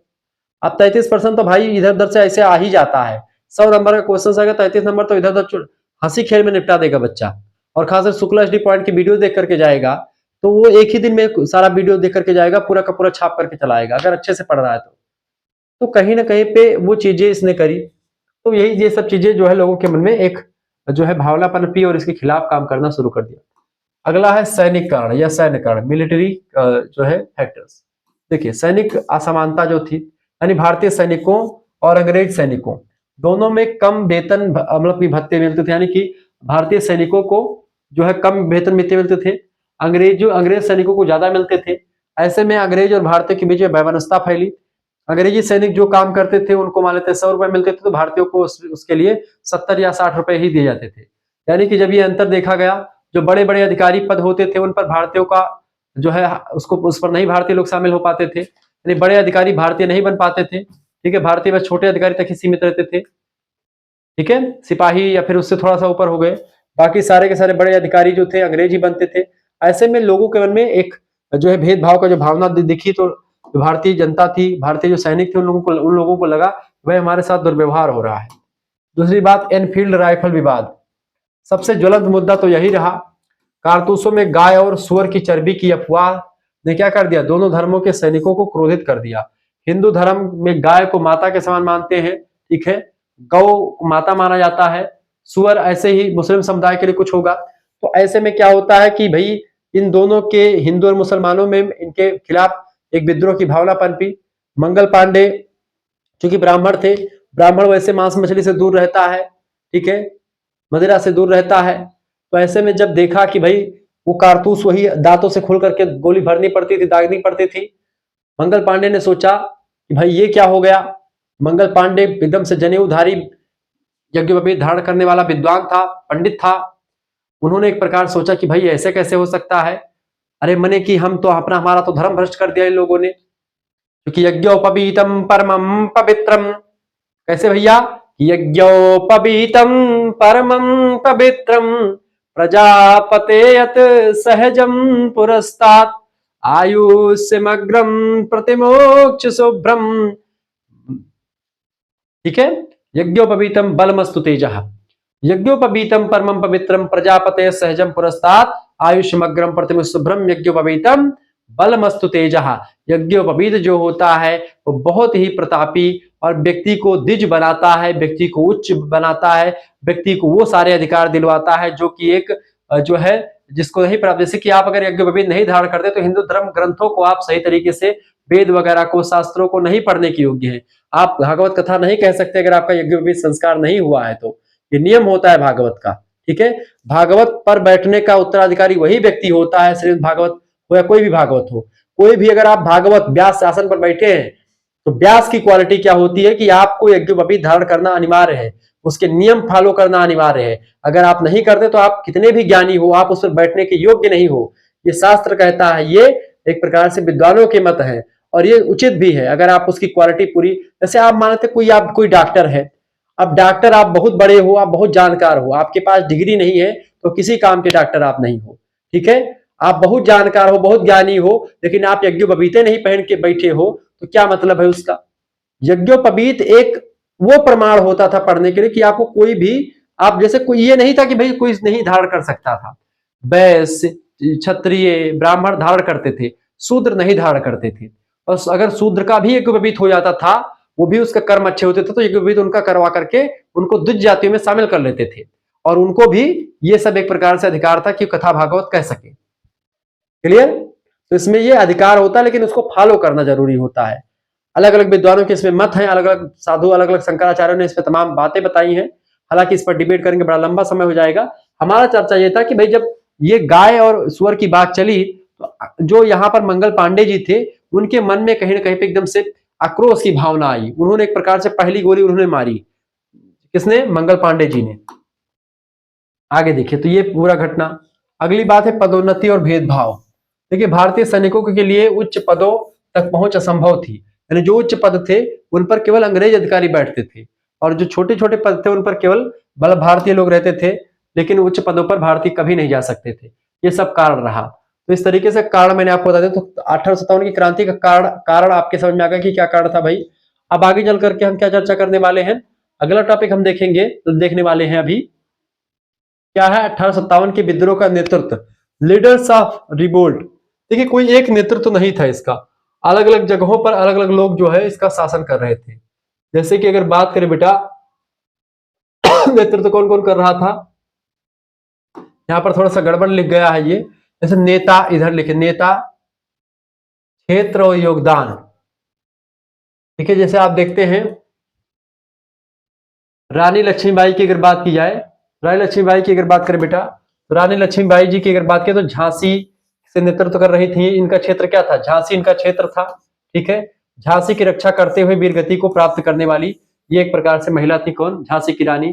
ऐसे ही आप देखते हैं, दूसरी बात अगर मैं आपको बताऊं, नाना साहेब कानपुर से क्या करते थे? नाना साहेब कानपुर में नेतृत्व कर रहे थे। ठीक है, अंग्रेजों के खिलाफ सशक्त नेतृत्व किया कानपुर में। ऐसे ही तात्या टोपे की अगर बात की जाए, तात्या टोपे जो थे मध्य भारत से एक गुरिल्ला युद्ध में प्रवीण व्यक्ति थे। तात्या टोपे जी ये मध्य भारत में अपना वर्चस्व स्थापित करने का काम करते हैं, अंग्रेजों को मार भगाए, अंग्रेजों से लड़े। कुंवर सिंह बिहार से, कुंवर सिंह की अगर बात की जाए तो कुंवर सिंह जो थे 80 वर्ष की अवस्था इनकी थी और इन्होंने इस वर्ष की अवस्था में आप देखते हैं इन्होंने अंग्रेजों को चुनौती दी। साथ ही साथ में अगले विद्वान मतलब अगले राजा थे बहादुर शाह जफर, मुगल बादशाह बहादुर शाह जफर, दिल्ली के सुल्तान थे। प्रतीकात्मक रूप से नेतृत्व कर रहे थे, ये लीडरशिप इन्हीं के पास थी। ठीक है, प्रतीकात्मक रूप से, केवल प्रतीक नाम मात्र के लिए, कोई मतलब नहीं था इनका। मुगल वंश का अंतिम गौरव यही थे, जो कि एक प्रकार से इस क्रांति के बाद में आप देखते हैं इनका भी वर्चस्व समाप्त हो जाता है। तो इस तरीके से आपने समझा। कहां कहां से बेटा? रानी लक्ष्मीबाई झांसी से, ठीक है, नाना साहेब कानपुर से ऑब्जेक्टिव में प्रश्न पूछा जाता है, कुंवर सिंह बिहार से, ठीक है, तात्या टोपे मध्य भारत से, इसके अलावा बहादुर शाह जफर दिल्ली से। इस तरीके से ये लोग शासन का नेतृत्व संभाल रहे थे, मतलब की क्रांति को संभाल रहे थे। अगला टॉपिक हमको क्या पढ़ना है? 1857 की क्रांति की विशेषताएं क्या है? फीचर्स ऑफ द रिवोल्ट, क्या विशेषताएं हो सकती हैं इसकी? भाई देखें, समझने का पहली बात तो व्यापकता। इसमें क्या बेटा व्यापकता, यानी कि बिडर वाइड सेपर्ड नेचर, यानी व्यापकता थी इसमें, चूंकि ये केवल एक क्षेत्र का आंदोलन नहीं था, बल्कि झांसी, कानपुर, मध्य भारत, उत्तर प्रदेश का पूरा इलाका, झारखंड, मतलब सॉरी बुंदेलखंड, ये सब कानपुर, पूरा ये उत्तर भारत का जो उतना एरिया था, अधिकतर जगहों पर ये आंदोलन चल रहे थे। ठीक है, अंग्रेजों के खिलाफ। इसके अलावा पहला आंदोलन था, आंदोलन के बारे में उतना ज्यादा पता भी नहीं था, लेकिन हाँ सभी लोग संगठित नहीं थे, लेकिन फिर भी अलग अलग जगहों से सभी लोगों ने अंग्रेजों को धूल चटाने का काम किया। अंग्रेज लोग जो है इससे बहुत भयभीत हो गए, बहुत परेशान हो गए। अंग्रेजों को पहले भी लगता था कि जो भारतीय लोग होते हैं वो अपनी 100वीं साल को नहीं भूलते हैं, सालगिरह नहीं भूलते। अंग्रेज बहुत डरते थे इस बात को लेकर के, क्योंकि 1857 की क्रांति महज एक संयोग नहीं था, बल्कि एक 100 वर्षों से पहले एक प्री प्लानिंग मान सकते हैं अगर देखें तो विस्तार से। क्यों? क्योंकि याद करिए 100 साल पहले क्या हुआ था। 1857 से 100 साल पहले क्या हुआ था, नहीं पता। 1857 से पहले आओ 100 साल, 1757 ईस्वी। याद आया? क्या याद आया? प्लासी का युद्ध हुआ था। प्लासी का युद्ध बेटा जो हुआ था, प्लासी का युद्ध, उसी के द्वारा कहीं ना कहीं पे आप देखते हैं अंग्रेजों ने वर्चस्व जो है अपना राजनीतिक तौर पर जमाना शुरू कर दिया था, और बक्सर के युद्ध में जो कमियां रह गई थी प्लासी में वो सब पूरी कर दी, और इस तरीके से अंग्रेज सत्ता भारत पर कायम हो जाती है। ब्रिटिश ईस्ट इंडिया कंपनी शासन करने लगती है। लेकिन 1857 की जब क्रांति आती है उसके बाद में ब्रिटिश क्राउन के हाथों में गद्दी चली जाती है, और इसी बात को लेकर के अंग्रेज लोग भयभीत थे कि 100 साल पूरा हो गया है, कुछ ना कुछ तो भारतीय लोग करेंगे, क्योंकि ये सालगिरह अपनी भूलते नहीं है, चाहे शादी की सालगिरह हो चाहे किसी भी चीज की। तो ये 100वीं सालगिरह आपकी बार है, तो ये गोल्डन जुबली मनाएंगे जरूर। ठीक है, कहने का तात्पर्य है बेटा कि जब एक प्रकार से अंग्रेज लोग ये पता था उनको, तो पहले से प्रिपेयर्ड भी थे, इस वजह से भी हम लोग हार गए। ठीक है, हारे नहीं, असफल हो गए। हारना अलग है, असफल होना अलग है।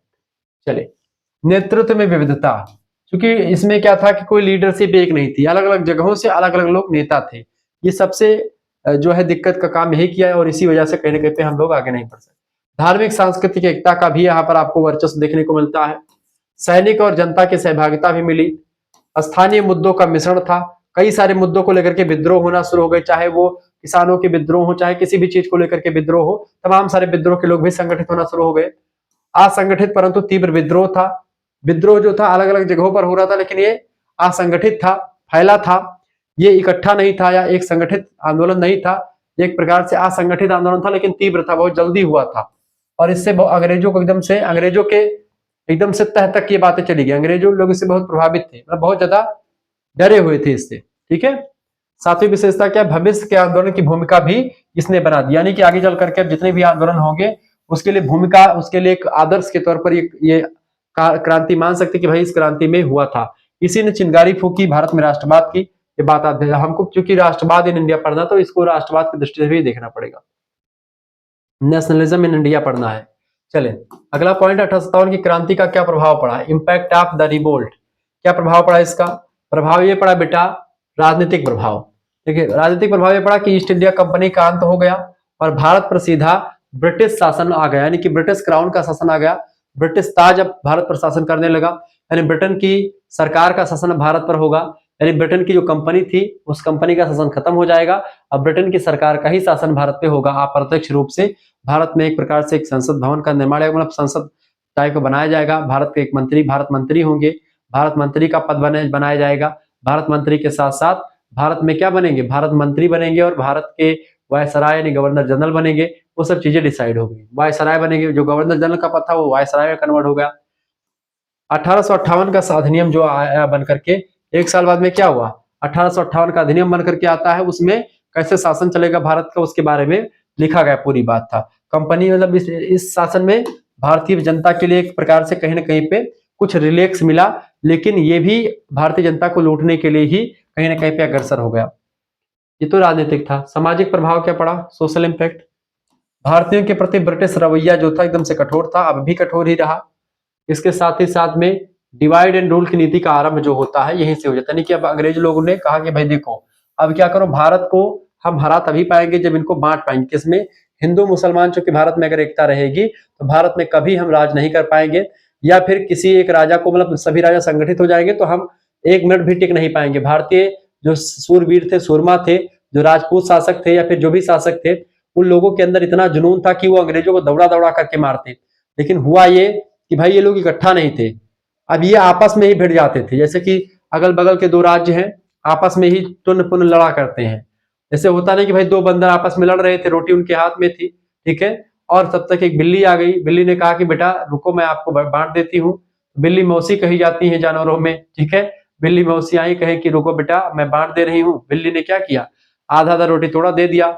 देखा कि भाई एक बंदर का थोड़ा ज्यादा हो गया, तो उसने कहा कि भाई इसको ज्यादा कैसे दे दिया, हमको कम। कहा अच्छा तुम लाओ। जिसका ज्यादा था उसमें से थोड़ा सा काट करके खा लिया बिल्ली ने, ठीक है। फिर थोड़ा सा दूसरा, तो उसने कहा कि भाई हमारा कम हो गया, उसका ज्यादा हो गया, फिर उससे ज्यादा में खा लिया। फिर ज्यादा वाले से खाते खाते चले गए, और पूरी की पूरी रोटी बिल्ली ने साफ कर दिया। ऐसे में फिर बादल पू पू करते, जब बिल्ली थोड़ी सी आगे निकल गई, भाई बेटा ऐसे नहीं तुम्हारी मौसी हूँ, मेरे पास दिमाग है, ये बात आप ध्यान रखेंगे। ऐसे ही बिल्ली मौसी जो थी वो एक बार ट्रेनिंग दे रही थी अपने बच्चे को। बिल्ली प्रजाति जो है बाघ के जैसे मुंह आप देखते होती है, तो बाघ को मतलब एक किस्सा है, कहानी है। तो बिल्ली मौसी ट्रेनिंग दे रही थी किसको? बाघ को। कह रही कि भाई सारी ट्रेनिंग दे दी, तो कहा कि जब एक बार कही कि भाई अब शिकार करना सिखाओ मौसी जी, शिकार करना पूरा बता दिया। अब बाघ ने कहा शेर ने कि मौसी हमको बड़ा भूख लगा है। तो इन्होंने कहा बिल्ली मौसी ने, हाँ बेटा ठीक है तो शिकार करो अब। कहा अच्छा। जब पूरा पारंगत हो गया बाघ, तो बाघ ने तुरंत क्या किया, मौसी हमको तो शिकार दिख नहीं रहा है, आप ही हमको दिख रही हो और हम आप ही खाएंगे। उस बघवा ने कहा, शेर ने कहा। अब जब शेर ने ऐसा कहा तो बिल्ली भाई एकदम से बिल्ली सोची है ये देखो, ये तो मैं इनकी गुरु हूं, इनको मैंने सिखाया और ये ऐसा बोल रहे हैं। बिल्ली तुरंत क्या की, ऐसे कहा कि अच्छा ठीक है चलो देख लो, दाव लगाओ, शिकार करो बेटा तुम। अब जैसे बाघ दौड़ाया तैसे बिल्ली छलांग लगाई और कूद करके पेड़ पे चढ़ गई। अब जब बिल्ली पेड़ पर पे चढ़ गई, अब ये शिकार से दौड़ दौड़ कूद रहा है, पेड़ पे चढ़ना जानता ही नहीं है। तब शेर ने पूछा कि मौसी आपने तो मुझे पेड़ पर चढ़ना सिखाया ही नहीं। तब तब उसी पर एक प्रकार से बिल्ली ने कहा कि जब सब तुमको बता दूंगी तो तुम मुझको खा नहीं लोगे। यानी इसी पर एक कहावत चलती है अवधि प्रांत में कि जब बघवा बिलरिया कुल बताइन दे, जब बिलरिया बघवा कुल बताइन दे तो बघवा बिलरिया खाए न ले। इसी वजह से हर एक चीज कभी किसी को बताई भी नहीं थी, सब अपनी पूरी बातें, ध्यान रखना, अपनी पूरी जो बातें हैं वो कभी किसी को बताना नहीं चाहिए कि भाई अपनी सारी डिटेल में सब पोल इतनी खोल दो किसी के सामने, ना ना ना। अपनी कुछ चीजें रखो, सेपरेट रखो, सब कुछ नहीं बताना चाहिए किसी को। ये चीजें हैं। तो डिवाइड एंड रूल इसकी नीति का आरंभ हो गया। अब अंग्रेज लोग करते क्या था, मुसलमानों को थोड़ा सा अपने में मिला लिया, या फिर एक राजा को मिला लिया, दूसरे से युद्ध करवा दिया, दूसरे का साथ दिया, किसी का साथ दिया, किसी के साथ युद्ध करवा दिया, ऐसे ऐसे करके पूरा भारत कब्जा ले लोगों ने। ये डिवाइड एंड रूल की नीति यही है, ठीक है। फूट डालो और राज करो, नीति यही से शुरू होती है 1857 क्रांति के बाद में। अगला है भैया राष्ट्रवाद का प्रभाव। राष्ट्रवाद का प्रभाव यह निकला कि स्वतंत्रता की चेतना का संचार हुआ, लोगों के अंदर स्वतंत्रता की भावना पनपी कि हमको स्वतंत्र होना चाहिए, ठीक है। इसके बाद में भारतीय राष्ट्रीय कांग्रेस का गठन आप देखते हैं 1885 ईस्वी में। अलेक्जेंडर ऑक्टेवियन ह्यूम नाम का एक व्यक्ति है, ये आयरलैंड का ही व्यक्ति था। इसने भारतीयों को बताया कि अगर आप लोग ऐसे बातें बताओगे, ऐसे बोलोगे कि हमको ये चाहिए, एक एक व्यक्ति फुदकोगे तो कुछ नहीं होगा। जरूरी है आपको क्या करने के लिए, भारतीयों को संगठित करने की। उसने कहा कि आप एक कांग्रेस की एक संस्था बनाओ। कांग्रेस का मतलब क्या होता है, शक्तिशाली लोगों का संगठन ही कांग्रेस कहलाता है। कांग्रेस का मतलब हिंदी में क्या होता है, कांग्रेस अलग का शब्द है, अंग्रेजी शब्द है, तो कांग्रेस का हिंदी मतलब क्या होता है, शक्तिशाली लोगों का संगठन। इस संगठन को बनाया गया, इसमें तमाम सारे लोग थे। WC बनर्जी, व्योमेश चंद्र बनर्जी इसके पहले अध्यक्ष चुने जाते हैं, ठीक है। दादा भाई नौरोजी दूसरे, ऐसे ऐसे करके तमाम अध्यक्ष आते रहते हैं। और ये जब INC बन जाती है तो इसके तहत जब यानी जब आप एक संस्था के तहत बात कोई रखेंगे तो आपकी बातों को माना जाएगा, सुना जाएगा। जैसे मैं अगर वैसे पढ़ाता करके इतना बड़ा चैनल ना होता तो शायद आप हमको नहीं देखते, पहली वीडियो होती तो। लेकिन अब आप चूंकि जान रहे हैं कि शुक्ला डी पॉइंट पिछले 7 वर्षों से आपको पढ़ा रहा है BA के क्षेत्र में, तो हमारे लिए अच्छा ही पढ़ाएंगे क्योंकि इनको अनुभव है उस क्षेत्र में। तो आप अनुभव को देख करके मतलब, तो ऐसे जब कोई संस्था कोई बात कहती तो उसका प्रभाव अलग पड़ता है, समझ रहे चीजों को। तो ऐसे ही अब INC बनी, तो इसके अब जब भारतीय राष्ट्रीय कांग्रेस का गठन हो जाता है उसके बाद में भारत में राष्ट्रवाद का पनपना शुरू हो जाता है। अगली वीडियो में हम राष्ट्रवाद के उदय के बारे में चर्चा करेंगे, तो 1857 क्रांति के बारे में, 1885 का जो है एक प्रकार से वो भी चीजें चर्चा उसमें आएंगी, ठीक है।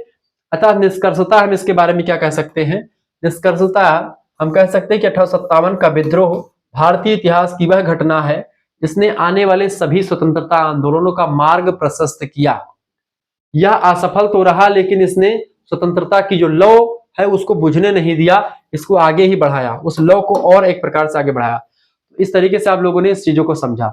अब मैं इसके बाद में क्या करने जा रहा हूं, अब मैं एक टेस्ट आपका लेने जा रहा हूं, ऑब्जेक्टिव टाइप का टेस्ट आपका होगा, जिसमें आपकी यूनिट नंबर 1 जो मैंने आपको पढ़ाया पूरा 1857 की क्रांति, उससे मैंने 35 क्वेश्चंस आपके लिए तैयार किए हैं। ये आपका एक प्रैक्टिस सेट 1 है। ऐसे ही आपको ये भी चीजें मिलती रहेंगी, तो आपको अगर जुड़ना है हमारे साथ तो जुड़ सकते हो। मात्र 100 रुपए फीस में आपके लिए पूरी व्यवस्था, तो आपके लिए पूरा जैसा 1857 की क्रांति से आप पहला क्वेश्चन मैं आपको दिखा दूं, अब पूरा मैं चर्चा करूंगा इसको, ठीक है। देखिए पहला क्वेश्चन आपकी स्क्रीन पर आ चुका है, अभी चर्चा करेंगे। बहरहाल अभी मैं चर्चा सभी प्रश्नों की करूंगा, ठीक है। लेकिन अभी क्या करते हैं, क्या करते हैं आप, देखिए सबसे पहली बात आप देखिए बेटा, क्या देखिएगा, सबसे पहली बात क्या है, यहां पर आपको जुड़ना हमारे साथ है 91 61 93 60 62। इस नंबर पर आप व्हाट्सएप पर एसएमएस कर दीजिएगा, सब कुछ आपको मिलेगा, पूरे पीडीएफ मिलेंगे, ठीक है। अपना नाम, ठीक है, अपने यूनिवर्सिटी का नाम और अपने सब्जेक्ट के नेम, आपके सेमेस्टर अपने सेमेस्टर के नेम लिख करके भेज दीजिएगा। अगर आपको 5th सेमेस्टर का जुड़ना है तो केवल एक सेमेस्टर की फीस 100 रुपए फीस है। एक स्कैनर भेजेंगे, उसी स्कैनर पर आप खुद या किसी दूसरे से भी पेमेंट करवा सकते हैं, उसका स्क्रीनशॉट हमारे पास भेज देंगे, व्हाट्सएप पर ही आपको जोड़ दिया जाएगा 100 रुपए फीस में। 5th सेमेस्टर का पूरा फीस 100 रुपए है, 6 महीने की क्लास होगी। अगर आपका 6th सेमेस्टर भी जोड़ना है आपको, यानी कि पूरा बीए हो जाएगा इसमें आपका कंप्लीट 1 साल का, इसका पैकेज जो है आपका केवल 150 रुपए मिल जाएगा, यानी कि 150 रुपए में केवल एक सब्जेक्ट नहीं बल्कि आपके सभी सब्जेक्ट की तैयारी हो जाएगी, ठीक है। ये सब मैं आपको बता चुका हूँ कई बार। तो आपके एमसीक्यू टाइप के ऑब्जेक्टिव सभी के आपके यूनिट वाइज पीडीएफ नोट्स सब कुछ मिलेंगे आपको, history, geography, polity, Hindi, Sanskrit, सभी सब्जेक्ट की अधिकतर चीजें मिलेंगी आपको, तो कहीं पर भटकने की आपको जरूरत नहीं पड़ेगी। सबसे मजेदार बात है कि को करिकुलर की पूरी तैयारी आपकी भी यहाँ पर हो जाएगी, यानी कि analytic ability and digital awareness की पूरी तैयारी आपकी हो जाएगी विशेष तौर पर। उसको लेकर के परेशान ना तो आप इस नंबर पर एसएमएस कीजिएगा तुरंत व्हाट्सएप पर और तुरंत हमारे से जुड़ जाए। अगर आप 5th और 6th का एक साल लेंगे तो आपका 150 रुपए पड़ेगा, 50 रुपए की यहाँ पर भी छूट चल रही है, 50 रुपए की एक प्रकार से आपकी बहुत बड़ी छूट चल रही है। जिनको जुड़ना हो जुड़ सकते हैं, बाद में जुड़ेगी तो फिर से 100 रुपए पड़ेगा 6th का भी, लेकिन अभी जुड़ जाएंगे तो आपका 150 रुपए में सब कुछ आपको मिल जाएगा, ठीक है। तो फटाफट से एसएमएस करके जुड़ जाइएगा। देखिए पहला क्वेश्चन आपके स्क्रीन पर आ चुका बेटा। पहला क्वेश्चन क्या है, देखिए पहला क्वेश्चन आपका 1857 का विद्रोह प्रथम स्वतंत्रता संग्राम किसने कहा। देखिए तो इसको किसने कहा था, 4 ऑप्शन आपका है। पहला ऑप्शन है जॉन सीली, ऑप्शन दूसरा है बीडी सावरकर, ऑप्शन सी है आरसी मजूमदार और ऑप्शन डी है एस एन सेन। तो चारों के अनुसार मैंने आपको शुरुआत में बता दिया था। तो पहला क्वेश्चन का क्या बनेगा, पहले क्वेश्चन का करेक्ट आंसर क्या हो जाएगा बेटा, पहले क्वेश्चन का करेक्ट आंसर जो हो जाएगा क्या होगा, जॉन सीली ने कहा था कि भाई ये क्या सैनिक विद्रोह है, आरसी मजूमदार ने भी सैनिक विद्रोह कहा था, ठीक है, सैनिक आंदोलन सैनिक क्रांति कहा था। ऐसे एम एस सेन ने उसको उतना ज्यादा इंपॉर्टेंट नहीं दिया था कि भाई किसने कहा था स्वतंत्रता प्रथम स्वतंत्रता संग्राम किसने कहा था, किसमें हिम्मत थी, बीडी सावरकर। मैंने आपको बताया था किसने, करेक्ट आंसर क्या होगा बीडी सावरकर। आंसर भी इसीलिए साथ में मैंने नीचे दिया था ताकि आप इसको देख पाए, बीडी सावरकर इसका करेक्ट आंसर होगा। आगे देखते हैं अगला क्वेश्चन। देखिए क्वेश्चन आपकी स्क्रीन पर आ चुका है, फटाफट से आप देखने का प्रयास करेंगे। क्वेश्चन संख्या आपका क्या आ चुका बेटा, क्वेश्चन संख्या आपका क्या आ चुका है, दूसरा क्वेश्चन, अवध का विलय किस गवर्नर जनरल के समय में हुआ था, बताएं इसका करेक्ट आंसर क्या होगा। अवध का विलय किस गवर्नर जनरल के समय में हुआ था। Option A Lord Bryce, Lord Wellesley, option B Lord Dalhousie, option C Lord Canning, option D Lord Curzon. Correct answer क्या हो जाएगा इसका, फटाफट से आप बताने का प्रयास करेंगे। अवध का विलय, लॉर्ड डलहौजी जो था वो हड़प की नीति अपनाया था और उसी नीति के द्वारा आप देखते हैं अवध का विलय हुआ था, ये बात आप ध्यान रखेंगे। चलिए आगे बढ़ते हैं, लॉर्ड डलहौजी करेक्ट आंसर होगा इसका। अगला क्वेश्चन आप देखिएगा, अगला क्वेश्चन तीसरा नंबर, 1857 के विद्रोह का मुख्य कारण क्या था, बताएं। राजनीतिक असंतोष की वजह से बिल्कुल, धार्मिक हस्तक्षेप और एनफील्ड राइफल कांड, या सभी कारण। करेक्ट आंसर क्या हो जाएगा इसका, सभी कारण, डी ऑप्शन इसका। जिन बच्चों ने डी लगा दिया उनका बिल्कुल राइट आंसर है, डी वाले बच्चे बिल्कुल करेक्ट आंसर है, ध्यान रखिएगा इस बात को। डी ऑप्शन सभी कारण देख लीजिए, यहाँ पर आंसर भी दिया हुआ है ताकि आपको कहीं पर भटकना ना पड़े, आप चीजों को समझ पाए। चौथा आपका क्या दिया हुआ बेटा, चौथा प्रश्न आपका दिया हुआ 1857 का विद्रोह सबसे पहले कहां शुरू हुआ था। सबसे पहले कहां पर शुरू हुआ बेटा, ये सबसे पहले कहां पर शुरू हुआ था, ये शुरू हुआ था सबसे पहले मेरठ में। मेरठ में ही गोली दागी थी किसने, मंगल पांडे जी ने, ये बात आप ध्यान रखेंगे। क्लियर, आगे बढ़ते हैं। अगला क्वेश्चन आपके स्क्रीन पर आ चुका, फटाफट से आप देखने का प्रयास करेंगे। चलिए प्रश्न आपका 5वां नंबर प्रश्न है, किस अंग्रेज इतिहासकार ने इसे सिपाही जो है कहा, सिपाही विद्रोह कहा था। तो जॉन सीली ने कहा था इसको, किसने कहा था, जॉन सीली। मैंने पहले आपको बता दिया था, इसका राइट आंसर क्या हो जाए, जॉन सीली। आगे देखने का प्रयास करेंगे। अगला क्वेश्चन 6ठा नंबर प्रश्न है, 1857 में बिहार में विद्रोह का नेतृत्व किसने किया था। बिहार में देखिए रानी लक्ष्मीबाई ने किसने कहाँ किया था बेटा, झांसी में। रानी लक्ष्मीबाई ने कहां से किया था, झांसी में किया था। तात्या टोपे ने कहां से किया था, मध्य भारत, कहीं कहीं पर कान। कुंवर सिंह बिहार 80 साल की अवस्था में। नाना साहब आप देखते हैं, नाना साहब ने कहां से किया था बेटा, नाना साहब ने, अभी आगे चल करके क्वेश्चन आएगा आप देख लीजिएगा। तो इसका करेक्ट आंसर क्या हो जाएगा, बिहार का नेतृत्व किसने किया था, कुंवर सिंह ने किया था, कुंवर सिंह ने। नाना साहब ने कानपुर से किया था, ठीक है, नाना साहब कहां से, कानपुर, ठीक है, ध्यान रखिए। चले तो कुंवर सिंह राइट आंसर हो जाएगा। अगला क्वेश्चन आपके स्क्रीन पर आ चुका है, फटाफट से आप देखेंगे। प्रश्न आ चुका है, एनफील्ड राइफल्स कांड किस वर्ष हुआ था? 1857 ईस्वी में ही हुआ था। ऑप्शन नंबर इसका बी करेक्ट आंसर हो जाएगा। ठीक है, अगला क्वेश्चन आपके स्क्रीन पर आ चुका है, 1857 के विद्रोह में अवध का नेतृत्व किसने किया था? अवध का नेतृत्व बताएं, फटाफट से आप बताने का प्रयास करेंगे। रानी लक्ष्मीबाई, बेगम हजरत महल, झलकारी बाई या एक प्रकार से अजीजा बाई? किसने किया था? बेगम हजरत महल ने किया था अवध का नेतृत्व। ऑप्शन नंबर इसका बी करेक्ट आंसर हो जाएगा। अगला क्वेश्चन आपके स्क्रीन पर आ चुका है, फटाफट से आप देखने का प्रयास करेंगे। 9वां नंबर क्वेश्चन, मैं अपनी झांसी नहीं दूंगी। मैं अपनी झांसी नहीं दूंगी किसने कहा था बेटा? सभी को पता होगा किसने कहा था? रानी लक्ष्मीबाई जी ने कहा था। B A option correct answer होगा इसका। जिन बच्चों ने ए लगा दिया उनका बिल्कुल राइट आंसर है। तो आप ऐसे में चीजों को समझ पा रहे हैं ना, किस तरीके से इतना जबरदस्त तरीके से मैं आपको पढ़ा रहा हूं और ऐसे आपको बता रहा हूं। आगे देखने का प्रयास करेंगे। अगला प्रश्न आपके स्क्रीन पर आ चुका है, 1857, 10वां नंबर, 1857 का विद्रोह के बाद भारत का पहला वायसराय कौन बना? उसके बाद में भारत का पहला वायसराय कौन बना था? लॉर्ड कर्जन, लॉर्ड रिपन या लॉर्ड कैनिंग? और चौथा ऑप्शन आपका क्या है? चौथा ऑप्शन आपका बेटा लॉर्ड डलहौजी। करेक्ट आंसर इसका क्या हो जाएगा? लॉर्ड कैनिंग बना था। ठीक है, यानी ऑप्शन नंबर कौन सा हो जाएगा आपका? लॉर्ड कैनिंग बना था। इसके बाद में सी ऑप्शन इसका राइट आंसर हो जाएगा। ठीक है, अगला क्वेश्चन आपके स्क्रीन पर आ चुका है, फटाफट से आप देखने का प्रयास करेंगे। 11 नंबर, 1857 में कौन सा राज्य डलहौजी की हड़प नीति से जब्त किया गया था? डलहौजी की नीति से कौन सा राज्य जब्त किया गया था? तो सतारा, पंजाब, सिंध, हैदराबाद। करेक्ट आंसर क्या हो जाएगा इसका? किसको जब्त किया गया था बेटा?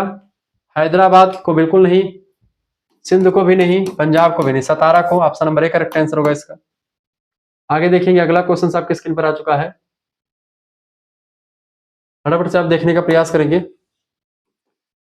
विद्रोह में झांसी का नेतृत्व किसने किया था?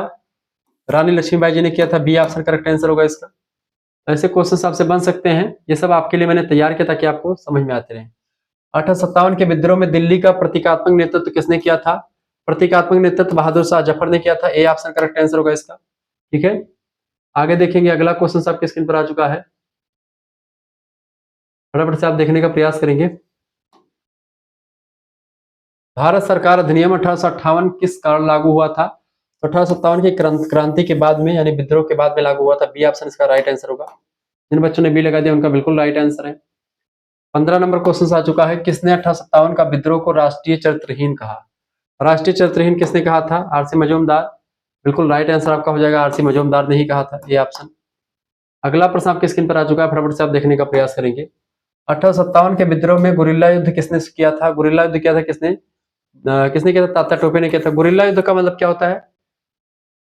क्या नाम है, आप जानते हो कि वीर शिवाजी। वीर शिवाजी भी गुरिल्ला युद्ध के बड़े प्रवीण जो है योद्धा थे। गुरिल्ला युद्ध का मतलब होता है छुप करके वार करना। ऐसे मान लेते हैं जंगल में या फिर पहाड़ों के बीच में जो लोग रहते हैं वो गुरिल्ला टाइप का युद्ध करते हैं। गुरिल्ला एक बंदर होता है उस टाइप का, यानी कि पहले मार दो, आक्रमण करके फिर छुप जाओ। जैसे अपना आक्रमण कर दो, शत्रु की सेना पर, शत्रु की सेना जा रही निर्भीक हो, उस पर आक्रमण कर दो, खत्म कर दो उसको। क्योंकि गुरिल्ला युद्ध जो होता है कम सैनिक में बहुत सारे आप काम कर सकते हैं, और ये बहुत ट्रेनिंग होती है, बहुत बली होते हैं लोग, बहुत ही एक प्रकार से निर्भीक होते हैं। वीर शिवाजी ने पूरा तहलका मचा दिया था। आप देखते पूरा जो है मुगल सम्राट जो है पूरा हिल गया था शिवाजी की वजह से। गुरिल्ला युद्ध नीति वो जानते थे। इसमें क्या होता है कि भाई पेड़ों से, पहाड़ों से, नदियों के बीच, मतलब तमाम प्रकार से तमाम चीजों को मार, मतलब कि अपनी शत्रु सेना को भयभीत कर देना, आक्रमण करके फिर छुप जाना। जब वो शत्रु आक्रमण करने के लिए सोचे तो ढूंढ ही ना पाए किसको मारना है, फिर जैसे वो थोड़ा सा हक बकाए, फिर आकर के फिर आक्रमण कर दो, फिर खत्म मामला, फिर थोड़ा छुप जाओ, फिर इधर उधर करके ऐसे पूरा लूट पाट लो जो उनको रखा है। ये गुरिल्ला युद्ध होता है, बहुत ही पावरफुल युद्ध होता है ये। आप देखते पूरा मुगल बादशाह को, पूरा मुगल बादशाह हम क्या नाम था उसका, औरंगजेब, एकदम से पूरा कपकपी मची रहती थी उसको वीर शिवाजी का नाम सुनते ही। अफजल खां को वीर शिवाजी ने मारा। अफजल खां शिवाजी से बहुत बड़ा था। अफजल खान ने क्या किया, वो कहा कि भाई आओ गले मिलते हैं, उसे मारना चाह रहे थे शिवाजी को, वीर शिवाजी को। तुरंत वीर शिवाजी इतने पावरफुल आदमी, भाई वो विद्वान आदमी, विद्वता भी उनके अंदर थी, पावरफुल आदमी भी थे। रामदास जी भी शिवाजी के गुरु जी का नाम है, रामदास जी बड़े विद्वान थे। तो कहीं ना कहीं पे आप देखते वीर शिवाजी बहुत ही प्रतापी थे। उनके अंदर एक ऐसा अंश था जो अंश शायद जो है एक देवताओं में होता है, ऐसा अंश था वीर शिवाजी में। और उन्हें बहुत जो है आप देखते हैं जो सत्ता एकदम से खत्म होने वाली होती है हिंदू सत्ता, उसको कहीं ना कहीं जीवित रखने का प्रयास किया। दादा टोपे इसका करेक्ट आंसर होगा। अगला क्वेश्चन 17 नंबर, इस अधिनियम के द्वारा ईस्ट इंडिया कंपनी का शासन समाप्त हुआ था? चार्टर एक्ट 1837 नहीं, रेगुलेटिंग एक्ट नहीं, 1861 का तो बाद में आया था, ये भी नहीं होगा। सी होगा भारत सरकार अधिनियम 1858। इसी अधिनियम के द्वारा क्या किया गया था, कंपनी का शासन हटा दिया गया था और भारत पर अंग्रेजों का, ब्रिटिश क्राउन का शासन हो गया था। C option. 18 नंबर क्वेश्चन आप देखेंगे। 18 नंबर क्वेश्चन से 1857 के विद्रोह के दौरान लखनऊ में नेतृत्व किसने किया था? तात्या टोपे ने कहां से किया था? मध्य भारत। मध्य भारत। कुंवर सिंह हो गए बेटा कहां से? बिहार से। बेगम हजरत महल अवध। रानी लक्ष्मीबाई कहां से थी? झांसी से। आपने सुना। आप ये बताओ कि लखनऊ से कौन कर रहा था? चार ऑप्शन दिए गए, चारों आपके लिख दिए हैं मैंने। इसका करेक्ट आंसर क्या हो जाएगा? अब लखनऊ और जो अवध है बात एक ही है, चाहे लखनऊ बोलो चाहे अवध बोलो। बेगम हजरत महल, चूंकि अयोध्या और लखनऊ बगल बगल में पड़ता है, ठीक है, इसी वजह से करेक्ट आंसर क्या हो जाएगा? C option. और ऐसे भी क्वेश्चन आपके आपसे आ सकते हैं। आगे देखते हैं, अगला क्वेश्चन है डिवाइड एंड रूल नीति किसके द्वारा अपनाई गई थी? 1857 के विद्रोह के बाद, भारतीय राष्ट्रीय कांग्रेस के गठन के बाद, प्रथम विश्व युद्ध के बाद, या 1950 के बंगाल विभाजन के बाद?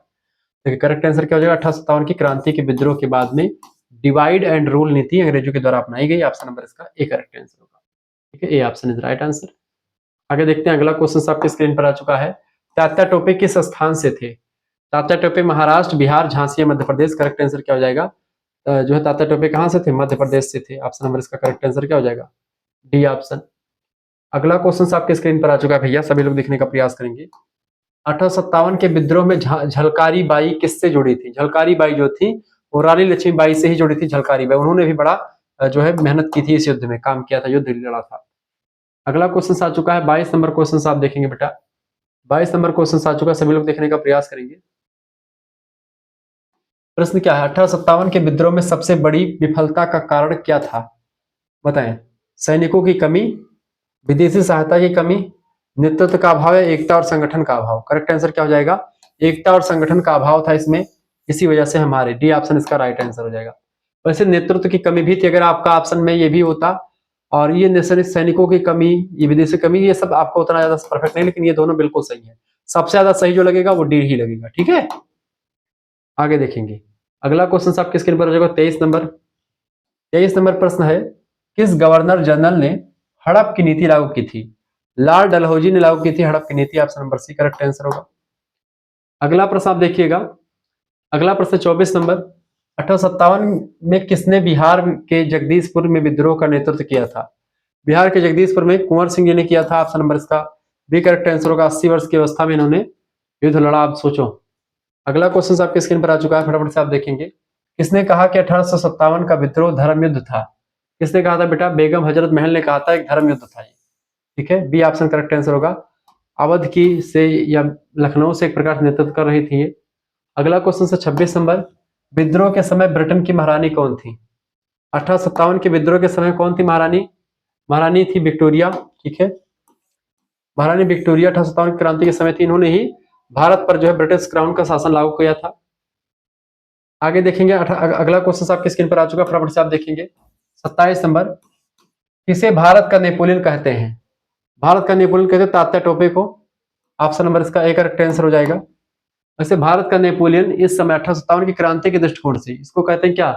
तात्या टोपे को। लेकिन भारत का नेपोलियन वैसे कहा जाता है इसको, उनका नाम है समुद्रगुप्त को। वैसे समुद्रगुप्त नेपोलियन से बहुत आगे थे, नेपोलियन से कम 2 गुना आगे थे समुद्रगुप्त जी। क्योंकि नेपोलियन जो है वाटरलू का युद्ध हार भी जाता है और उसका पतन जो होता है बहुत बेकार तरीके से होता है, लेकिन समुद्रगुप्त का जितने भी युद्ध लड़े, समुद्रगुप्त एक भी युद्ध समुद्रगुप्त नहीं हारे थे।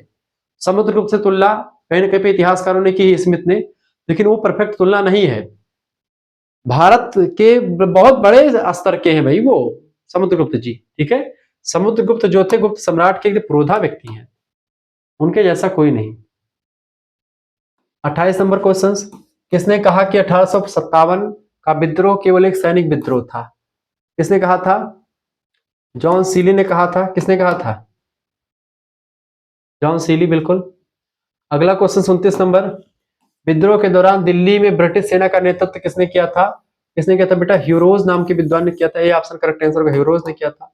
ब्रिटिश सेना का नेतृत्व दिल्ली में किसने किया था? ह्यूरोज ने किया था। ठीक है, ब्रिटिश ब्रिटेन की तरफ से लड़ा था ये। अगला क्वेश्चन आपके स्क्रीन पर आ चुका है। प्रश्न है, किसने 1857 के विद्रोह को सिविल रेबेलियन कहा? सिविल रेबेलियन किसने कहा था? एम एस सेन ने कहा था। M S Sen, option number इसका डी करेक्ट आंसर होगा। अगला प्रश्न आप देखिएगा तो आपको समझ में आ रहा होगा सारी चीजें। अगला क्वेश्चन आ चुका है, भारत सरकार अधिनियम 1858 में कौन सी व्यवस्था लागू की गई? भारत में वायसराय की नियुक्ति की गई। बिल्कुल, भारत में जो गवर्नर जनरल का पद था उसको हटा करके वायसराय की नियुक्ति कर दी गई। ठीक है, यह बात आप ध्यान रखेंगे। ऑप्शन नंबर इसका ए करेक्ट आंसर होगा। अगला क्वेश्चन आप देखिएगा। अगला प्रश्न 32 नंबर, 1857 के विद्रोह का आर्थिक कारण क्या था? भारी भूमि कर, कुटीर उद्योगों का पतन, व्यापार में असमानता, ये सभी कारण थे। ऑप्शन नंबर डी लगा दीजिएगा। तो ये सारे क्वेश्चंस आपके तैयार हो रहे हैं, बेहतर अंदाज में आप चीजों को समझ पा रहे हैं। आप हमारे साथ जुड़ करके सभी का पीडीएफ प्राप्त कर सकते हैं, सभी सब्जेक्ट का। अगला प्रश्न, कौन सा शहर 1857 के विद्रोह में प्रमुख केंद्र नहीं था? कानपुर था, मेरठ था, ठीक है, मद्रास इसमें से नहीं था, दिल्ली भी था, ठीक है, मद्रास नहीं था। करेक्ट आंसर क्या हो जाएगा आपका? सी वाला ऑप्शन, मद्रास नहीं था। अगला क्वेश्चन आपके स्क्रीन पर आ चुका है भैया। अगला प्रश्न, किस ब्रिटिश अधिकारी ने अवध में विद्रोह को कुचला था? अवध में किसने कुचला था? कर्नल नील ने कुचला था, दिल्ली में ह्यूरोज ने कुचला था। ये सब चीजें ध्यान रखिएगा, परीक्षा में प्रश्न आ सकता है। और 35 नंबर क्वेश्चन और लास्ट क्वेश्चन वीडियो का, 1857 के विद्रोह के बाद ब्रिटिश सरकार ने कौन सी नीति अपनाई थी? 1857 की क्रांति के बाद में ब्रिटिश सरकार ने कौन सी नीति अपनाई थी? डिवाइड एंड रूल की नीति अपनाई थी। बी ऑप्शन इसका राइट आंसर होगा। इस तरीके से आप लोगों ने 35 मोस्ट इंपोर्टेंट प्रश्नों को समझा और पूरा इकाई आपने समझ लिया। 1857 की क्रांति के बारे में आपको बहुत सारी चीजें जानकारी हो गई होगी, इससे बाहर कोई क्वेश्चन सब नहीं आएगा, ये बात आप ध्यान रखेंगे। और इस तरीके से मैंने आपको विस्तार सबको समझा दिया, ठीक है। अब अगला जो यूनिट आएगा उसमें हम लोग चर्चा किसके बारे में करेंगे? अगले यूनिट में हम लोग चर्चा करेंगे बेटा किसके बारे में? अगले यूनिट में चर्चा करेंगे factor leading to the growth of nationalism in India. Unit number 2 में पूरा ये चैप्टर आपका समाप्त हो जाएगा, ठीक है। चलिए फिर मिलते हैं हम नेक्स्ट वीडियो में, तब तक के लिए जय हिंद जय भारत। आप सभी का बहुत बहुत धन्यवाद हमारे साथ जुड़ने के लिए। इसी प्रकार से अपना प्यार हमेशा बनाए रखेंगे और आप सभी का प्यार दुलार ऐसे बना रहे, यही मैं उम्मीद करता हूँ। सभी लोग जुड़ जाइएगा हमारे साथ। मात्र 100 रुपए फीस में आपके लिए पूरी व्यवस्था की गई है। अगर आपको जुड़ना है, पीडीएफ प्राप्त करनी है, हमारे कोर्स से ज्वाइन होना है, 9161936062, ये हमारा व्हाट्सएप नंबर है। इसी पर आप एसएमएस कर दीजिएगा व्हाट्सएप पर अपना नाम, अपनी यूनिवर्सिटी का नाम, अपने सब्जेक्ट के नेम, ठीक है, नाम, यूनिवर्सिटी का नाम, अपना नेम एसएमएस कर दीजिएगा, ठीक है, अपने सब्जेक्ट के नेम और अपने सेमेस्टर के नेम लिख करके भेज दीजिएगा। स्कैनर आपके पास भेज जाएगा, उसी पर आपको 100 रुपए फीस जमा कर देनी होगी। उसके बाद में आपको ग्रुप से जोड़ दिया जाएगा, ठीक है। वहां पर आपको लाइव क्लास, सभी सब्जेक्ट का पीडीएफ नोट्स मिलेगा, सभी यूनिवर्सिटीज का, ये बात ध्यान रखें। धन्यवाद, मिलते हैं नेक्स्ट वीडियो में। वीडियो को लाइक कर दीजिएगा, चैनल पर अगर नए हैं तो सब्सक्राइब कर दीजिएगा। बहुत बहुत धन्यवाद आप सभी।